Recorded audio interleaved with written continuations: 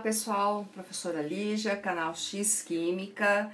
Mais uma vez estamos aqui para falar sobre alguns assuntos que deverão ser pertinentes na prova que vocês farão no dia 5 sobre ciências da natureza, onde cai o assunto de química, claro, né? E tem algumas coisas que eu gostaria de comentar com vocês, que são pequenos...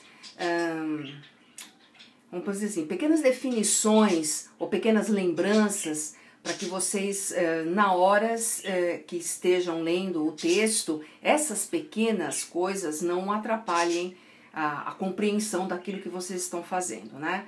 Então, uma das primeiras coisas que eu acredito que deve fazer parte desse exame do Enem são os problemas ambientais. Entre os problemas ambientais você tem a poluição, você tem o efeito estufa, tem a chuva ácida, e lembrar que todos esses problemas são causados pela emissão de gases. Esses gases, eles formam óxidos, né, óxidos de enxofre, óxidos de nitrogênio, e essa formação de óxidos de enxofre e nitrogênio, em conjunto com a água, forma chuva ácida. Lembrem que a chuva ácida que advém de gás carbônico misturado com água, né, que é o ácido carbônico, que é extremamente instável e termina se tornando água e gás carbônico, ele não constitui uma chuva ácida, ele é de uma acidez, digamos assim, natural.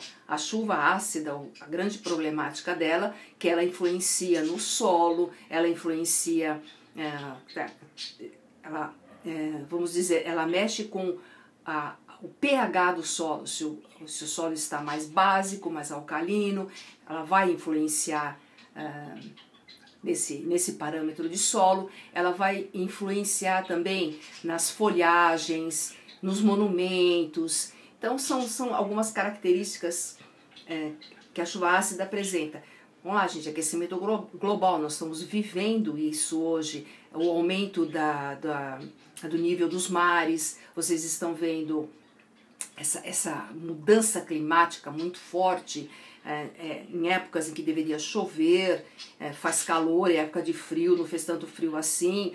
Essas alterações já são indícios de mudanças advindas do aquecimento global. Esse aquecimento global é a quantidade também de gases que estão indo para a atmosfera, e aí você tem uma outra ocorrência, que é a camada de ozônio, né? O buraco na camada de ozônio, por conta do CFC, né? Que é o clorofluorocarbono, que reage com o ozônio formando oxigênio, e essa destruição do ozônio provoca uma maior incidência dos raios ultravioleta, e essa maior incidência provoca também um maior aquecimento, né? Então nós temos assim esse aspecto dos problemas ambientais.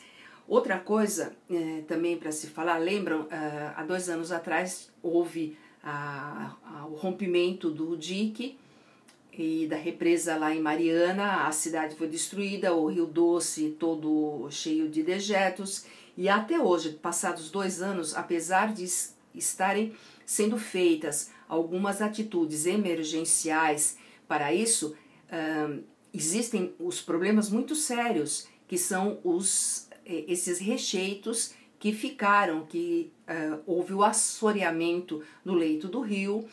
Você tem uma quantidade muito grande de lama nas margens. Então a primeira coisa que deveria se pensar seria as matas ciliares, para poder conter essa grande quantidade de lama, para quando vem as chuvas elas não voltarem toda para dentro do rio outra vez. Você tem os minérios, os próprios minérios de ferro que estão no fundo, a mudança na estrutura da própria água. Todos os peixes morreram há pouco tempo, que começaram a vir os lambaris e umas outras 2 ou 3 espécies, mas isso que vem de outros rios que estão chegando e alimentando esse Rio Doce. E o povoamento, pela quantidade de espécies que tinham, se eu não me engano, umas 24 espécies diferentes de peixe, vai demorar mais de uma década para que tudo seja reconstituído, isso se as atitudes foram tomadas devidamente. Aí, nessa questão particular, existem dois parâmetros de medida, que é o DBO e o DBQ. O que é o DBO? É a demanda bioquímica de oxigênio, ou seja, a quantidade de oxigênio que é necessária para degradar a matéria orgânica através das bactérias aeróbicas. Então, quando a gente fala em bioquímica, nós estamos falando da parte de bactérias. E a demanda química de oxigênio, que é o DQO, esse daí, a demanda química, ela representa a quantidade de oxigênio necessária em meio ácido para poder degradar essa matéria, né? Então você tem duas partes aí, e é justamente o conjunto desses dois índices, né, o DBO e o DBQ, é que vai indicar o quanto aquela água está boa ou não.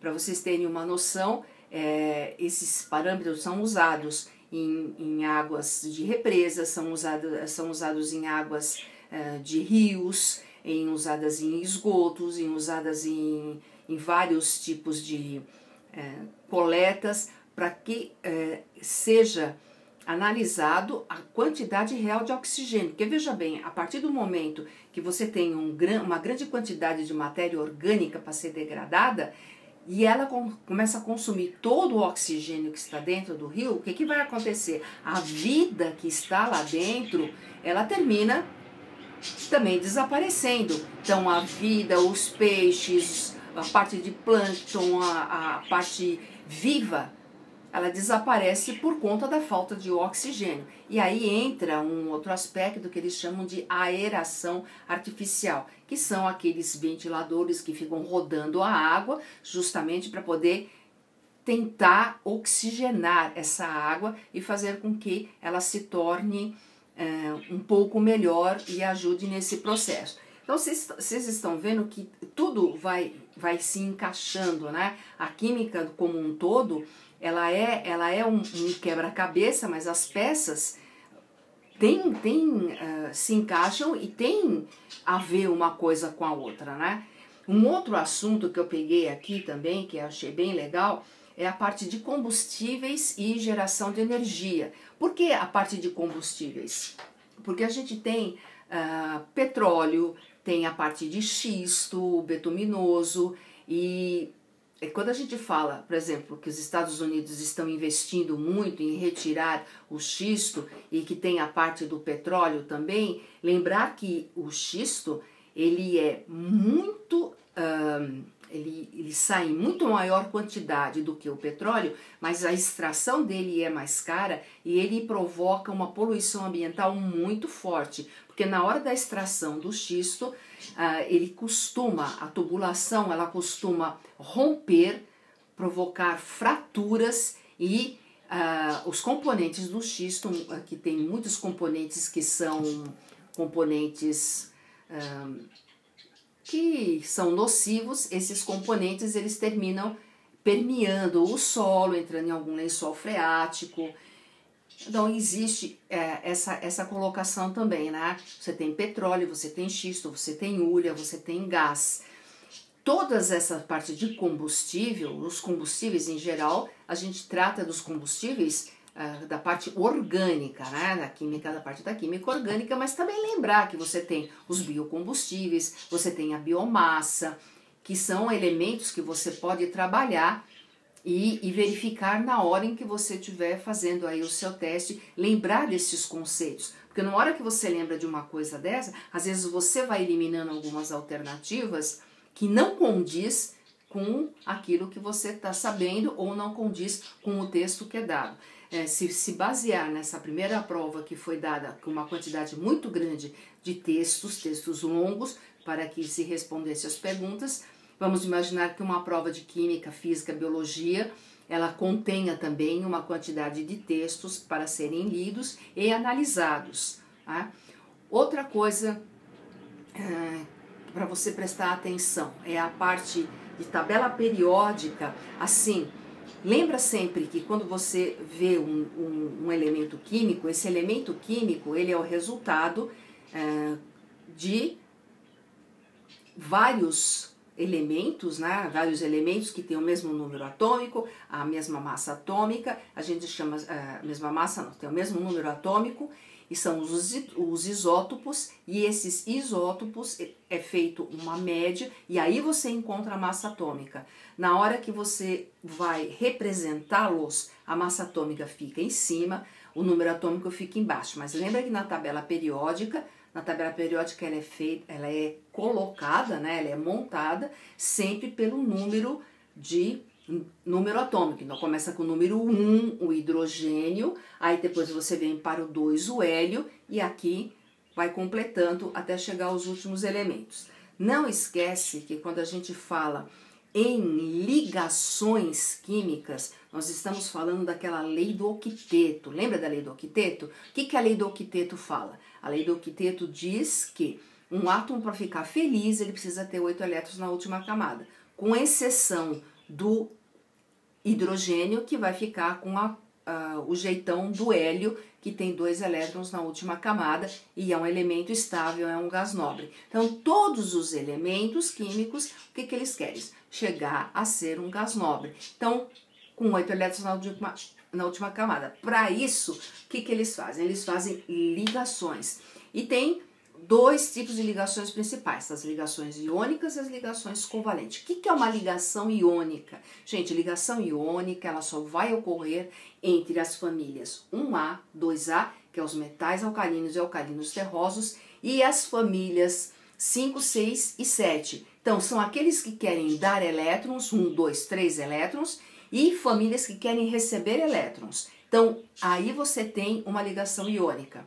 Então, vai ocorrer entre metais e não metais. E as ligações covalentes, as ligações que formam as moléculas, essas ligações, elas se formam através de elementos que vão compartilhar os seus elétrons, né? Ocorre muito mais na parte que usa os carbonos, a parte que usa o hidrogênio com os outros elementos químicos. Normalmente são ligações covalentes, porque o hidrogênio também não pode fazer uma ligação iônica e dar o único elétron que ele tem e fica sem nada, né? Então, gente, pensa nesses pequenos assuntos que a gente tá falando aqui, para vocês lidarem com todas as questões que vão sendo colocadas. Eu vou fechar essa primeira parte agora para não ficar cansativo, mas vou postar outro em seguida falando de outros temas, tá?